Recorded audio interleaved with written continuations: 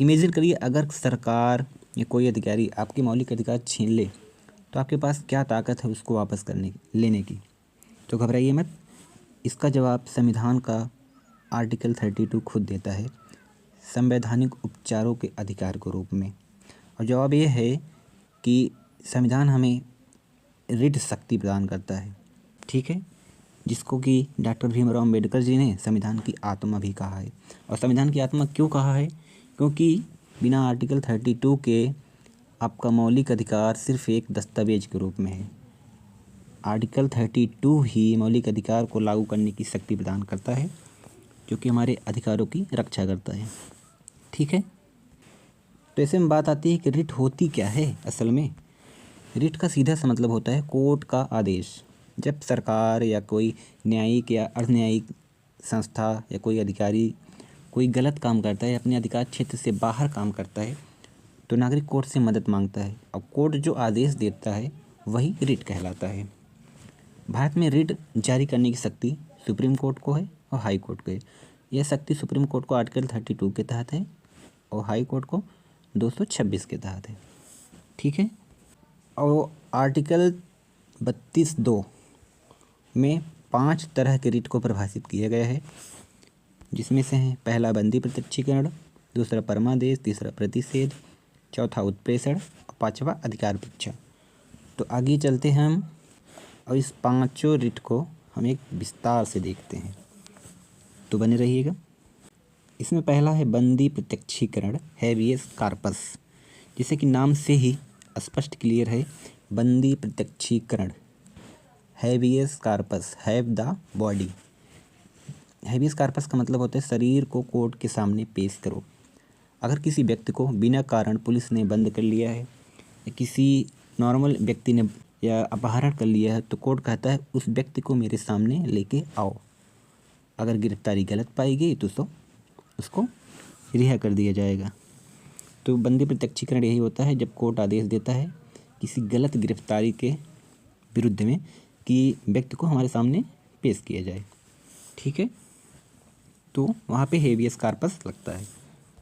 और दूसरा है मैंडेमस अर्थात परमादेश, परम आदेश।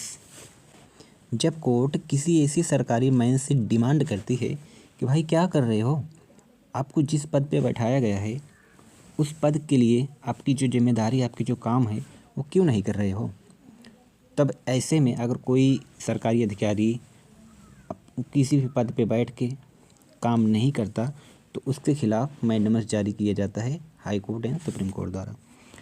जैसे कि कोई अधिकारी है और आप योग्य हैं और कोई प्रमाण पत्र नहीं बना रहा है, तो इसके खिलाफ सुप्रीम कोर्ट या हाई कोर्ट मैंडेमस यानी परमादेश उस अधिकारी के खिलाफ जारी कर सकता है।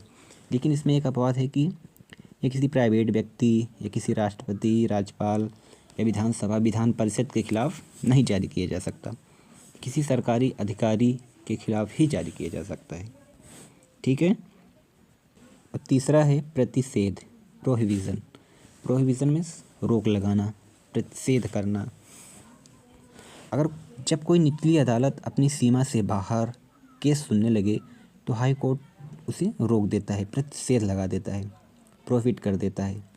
कोई निचली अदालत हो या कोई न्यायिक न्यायिक संस्था हो जो अपने क्षेत्र से बाहर की सुनवाई करने लगती है तो उस पर प्रतिषेध रिट जारी किया जाता है। एग्जाम्पल के रूप में अगर कोई टैक्स ट्रिब्यूनल है, टैक्स के प्रॉब्लम को सॉल्व करने के लिए कोई ट्रिब्यूनल बना है और वो टैक्स को छोड़ के, टैक्स वाली प्रॉब्लम को छोड़ के किसी आपराधिक केस की सुनवाई करने लगे, तो ऐसे में कोर्ट उसके खिलाफ प्रोहिबिशन यानी प्रतिषेध रिट जारी कर सकता है कि भाई तुमको तो मैंने बनाया था किसी टैक्स की प्रॉब्लम को सॉल्व करने के लिए और तुम आपराधिक केस देख रहे हो, ये गलत है, तुम्हारी अधिकार क्षेत्र के बाहर है, तुम ऐसा नहीं कर सकते।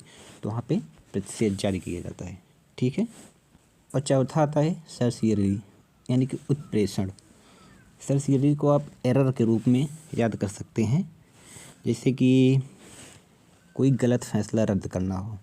जब निचली अदालत गलत कानून लगा कर या बिना किसी सुनवाई फैसला दे दे तो हाई कोर्ट रिकॉर्ड मांगकर उस फैसले को रद्द कर सकता है। एग्जाम्पल रूप में अगर निचली अदालत कोई बिना सुने किसी भी निर्णय को निर्णयित कर देता है तो वहाँ पे हाई कोर्ट द्वारा निचली अदालत को और सुप्रीम कोर्ट द्वारा हाई कोर्ट को ये उत्प्रेषण रिट जारी किया जा सकता है।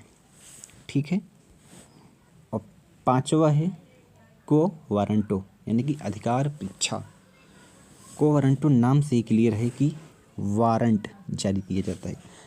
अगर कोई व्यक्ति बिना योग्यता के सरकारी पद पर बैठ जाए तो कोई भी नागरिक कोर्ट से सवाल करता है कि भाई ये तो योग्य नहीं है, फिर भी इस पद पे कैसे बैठ गया। तो कोर्ट उस व्यक्ति के खिलाफ वारंट जारी करती है कि भाई तुम किस अधिकार से इस पद पर बैठे हो, तुम तो योग्य नहीं हो। एग्जाम्पल रूप में अगर कोई व्यक्ति बिना योग्यता के किसी यूनिवर्सिटी का वाइस चांसलर बन जाता है तो कोर्ट उसके खिलाफ को वारंटो अधिकार परीक्षा रिट जारी कर सकता है, वारंट जारी कर सकता है कि आप योग्य नहीं हो यहाँ पे बैठने के लिए। ठीक है। अब इन सारे रिटों को एक नज़र में देख लेते हैं एग्ज़ाम के नज़रिए से।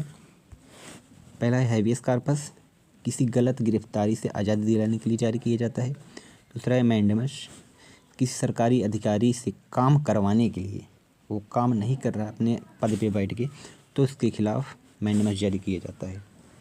प्रोविज़न, निचली अदालत को रोकने के लिए, किसी निचली अदालत, न्यायिक, गैर न्यायिक संस्था को रोकने के लिए अपने अधिकार क्षेत्र से बाहर अगर जा रही है कोई अदालत तो उसको रोकने के लिए कोर्ट प्रोविज़न जारी करती है।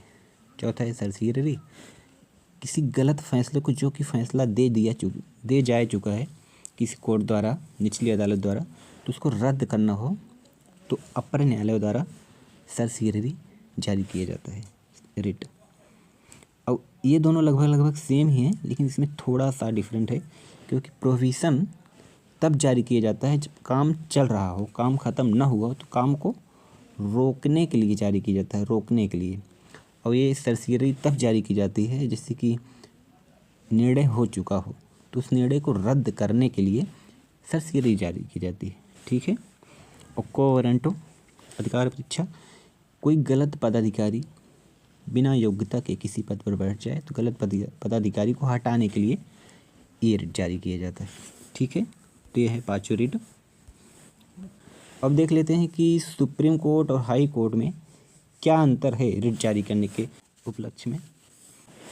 पहला है कि सुप्रीम कोर्ट आर्टिकल 32 के तहत जारी कर सकती है रिट, जबकि हाई कोर्ट 226 के तहत। किसके लिए? सुप्रीम कोर्ट केवल मौलिक अधिकारों के लिए जारी कर सकती है, जबकि हाई कोर्ट मौलिक तथा अन्य किसी भी कानूनी अधिकार के लिए। सुप्रीम कोर्ट रिट जारी करने में की व्यापकता के रूप में थोड़ी सीमित है क्योंकि ये सिर्फ मूल अधिकार तक ही सीमित है, लेकिन हाई कोर्ट थोड़ा व्यापक है क्योंकि मूल अधिकार के साथ साथ ये अन्य कानूनी अधिकारों के लिए भी जारी की जा सकती है। लेकिन सुप्रीम कोर्ट का क्षेत्राधिकार थोड़ा व्यापक है, पूरे भारत के लिए रिट जारी कर सकती है, लेकिन हाई कोर्ट सिर्फ अपने राज्य क्षेत्र के लिए जारी कर सकती है। विशेष बात यह है रिट जारी करने की शक्ति स्वयं में एक मूल अधिकार है, तो सुप्रीम कोर्ट इसको मना नहीं कर सकती, उसको जारी करना ही होगा। और ये रिट जारी करने की शक्ति हाई कोर्ट के लिए बाध्य बिल्कुल नहीं है।